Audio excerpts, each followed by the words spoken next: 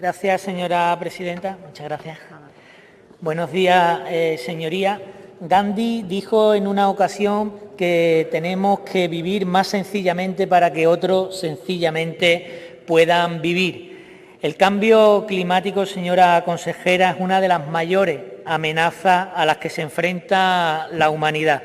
La situación actual de emergencia climática es ya una realidad, aunque los tres grupos de derecha de esta Cámara se hayan negado a declararla en Andalucía. Es absolutamente imposible, intolerable y, si me lo permiten, casi indecente obviar que la crisis climática ya está aquí y que la estamos sufriendo. El año 2020 ha sido el segundo año más cálido jamás registrado. El pasado mes de enero, media España se vio afectada por el temporal de Filomena y pocas semanas después otras zonas batían récords con temperaturas de más de 29 grados centígrados. Durante las últimas 2 décadas, las emisiones de dióxido de carbono han aumentado en un 70%, alcanzando la desorbitada cantidad de 42.000 millones de toneladas año y provocando un aumento de la temperatura media global de 1 grado por encima del nivel preindustrial. Incluso hay estudios científicos, señora consejera, que supongo que conocerá, que aseguran que el aumento de la temperatura global va a estar en los próximos años por encima de los 3 grados centígrados.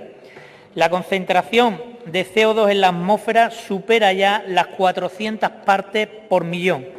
Si las emisiones continuasen al ritmo actual, se alcanzará un calentamiento considerado crítico por la comunidad científica y no se podrá evitar un cambio global catastrófico. Será absolutamente inevitable. Para poder evitarlo al nivel de contaminación que estamos teniendo en estos momentos, habría que disminuir de aquí al año 2030 al menos el 45% de las emisiones de CO2 respecto al nivel que tuvimos en 2010 y reducirlas a cero hasta el año 2050. Estos son datos absolutamente científicos y, sin embargo, aún vemos en esta misma Cámara que hay negacionistas del cambio climático, del grave problema que supone el cambio climático y del cambio global. En Andalucía se requiere, sin más dilación, una acción política por el clima, tal y como nos han recordado durante meses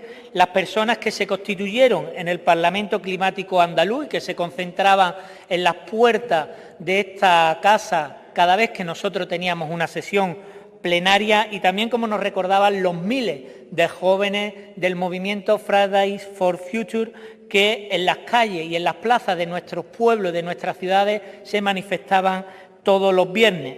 En Andalucía está en vigor la Ley 8/2018 de 8 de octubre de medidas frente al cambio climático y para la transición hacia un nuevo modelo energético. ¿Pero qué ha pasado con esta ley? ¿Se ha desarrollado esta ley? Obviamente no. ¿Dónde están los programas, las actuaciones de mitigación de emisiones para la transición ecológica? ¿Dónde están los programas y las actuaciones para bajar nuestra huella de carbono? Un reciente informe del Grupo de Expertos de las Naciones Unidas para el Cambio Climático reclama una disminución de aquí a 2030 del 45% de las emisiones de CO2 respecto al nivel de 2010 y para esto exige actualizar y realizar planes de acción hacia una energía sostenible.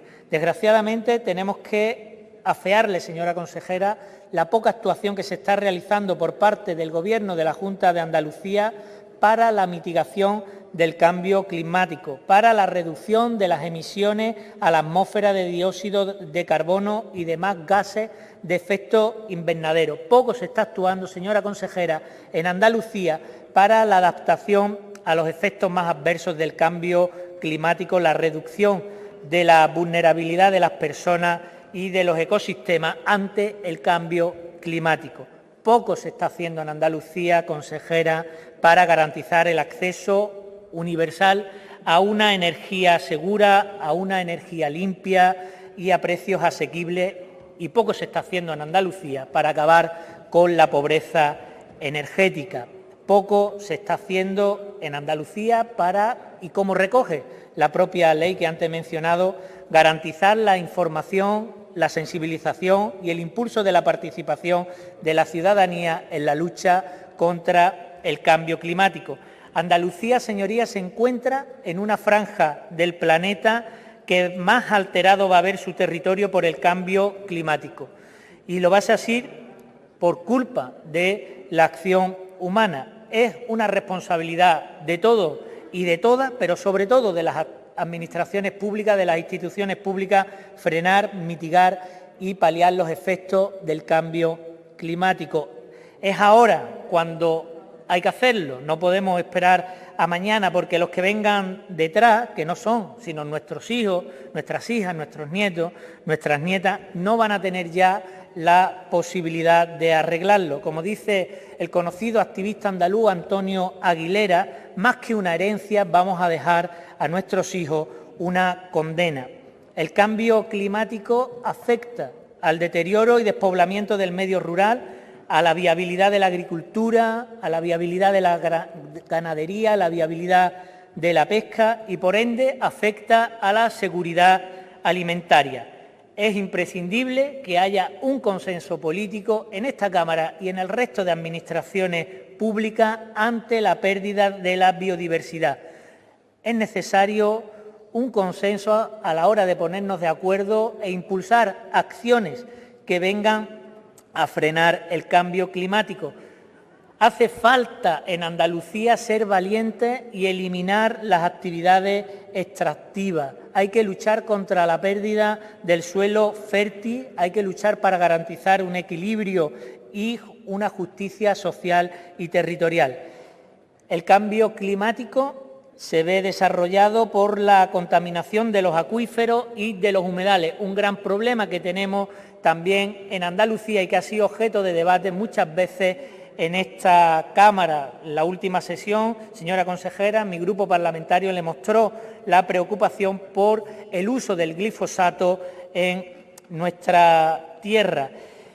Y decía que el cambio climático afecta a todos, también lo vemos en Andalucía cómo afecta a la seca de los quercus, a la seca de las encinas, incluso afecta también desde la gestión negativa que estamos haciendo en la gestión de residuos, que aumenta o permite que el cambio climático también se desarrolle.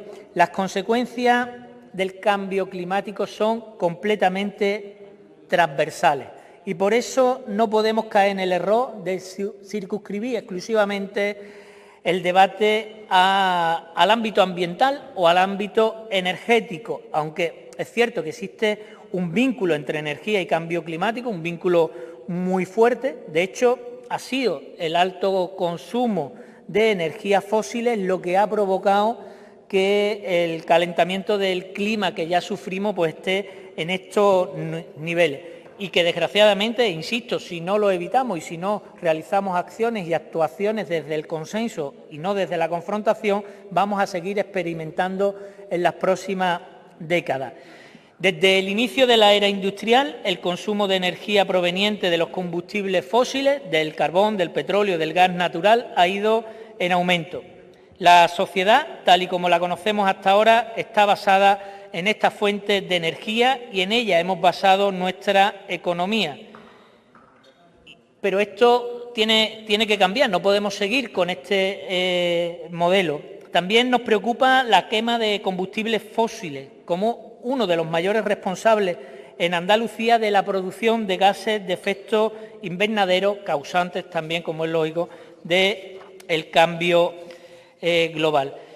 Señora consejera, la responsabilidad de declarar la emergencia climática en Andalucía es tarea de este Parlamento. Pasar a la acción climática para mitigar y adaptarnos al nuevo escenario que amenaza a nuestro presente y a las generaciones futuras es nuestra obligación. Nosotros pedimos aquí una sola voz, unidad de acción, declarar Andalucía en emergencia climática desde ya y conjurarnos todos y todas las que estamos aquí para combatir de forma unida el cambio climático. Muchas gracias. Gracias, señora consejera. Turno de réplica del señor Sánchez.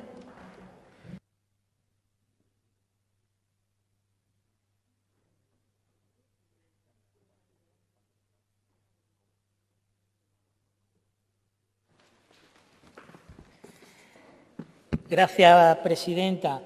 Señora consejera, que el Gobierno de España declaró la emergencia climática en este país, ya lo sabemos. Si aquí lo que le estamos preguntando es por qué ustedes, junto con Ciudadanos y la extrema derecha, votaron en contra de una iniciativa del Grupo Socialista que pretendía declarar el estado de emergencia climática en Andalucía. Ya sabemos el compromiso que tiene el Gobierno de España para luchar contra el cambio climático. Lo que le afeamos hoy aquí es el poco compromiso y la poca voluntad que tiene su Gobierno.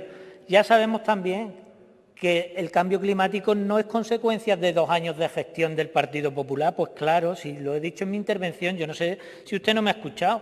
Un modelo de consumo, de producción que hay que cambiar y que tenemos que dar paso hacia otro modelo mucho más sostenible, más ecológico, más respetuoso con el medio ambiente y que nos permita frenar el cambio climático. Si se lo he dicho, si yo no le he dicho que la Junta no haya hecho nada, le he dicho que ha hecho poco, que tienen poca voluntad. Si es que en el mismo momento, cuando aquí, a propuesta de la sociedad civil, se propone declarar el estado de emergencia climática en Andalucía y ustedes votan en contra, pues ya están ya señalándose y se está visualizando el poco compromiso que tienen ustedes para frenar el cambio climático. Y mire, me habla de gestión de residuos, ¿de verdad, señora consejera, me habla de gestión de residuos? Hablamos de Nerva, hablamos del vertedero de Nerva, hablamos que ustedes no cierran ni un solo cementerio de residuos en Andalucía, al contrario, le siguen dando las habilitaciones necesarias para que sigan llegando productos peligrosos, residuos peligrosos a nuestra tierra, que somos el vertedero de Europa, señora consejera, por favor.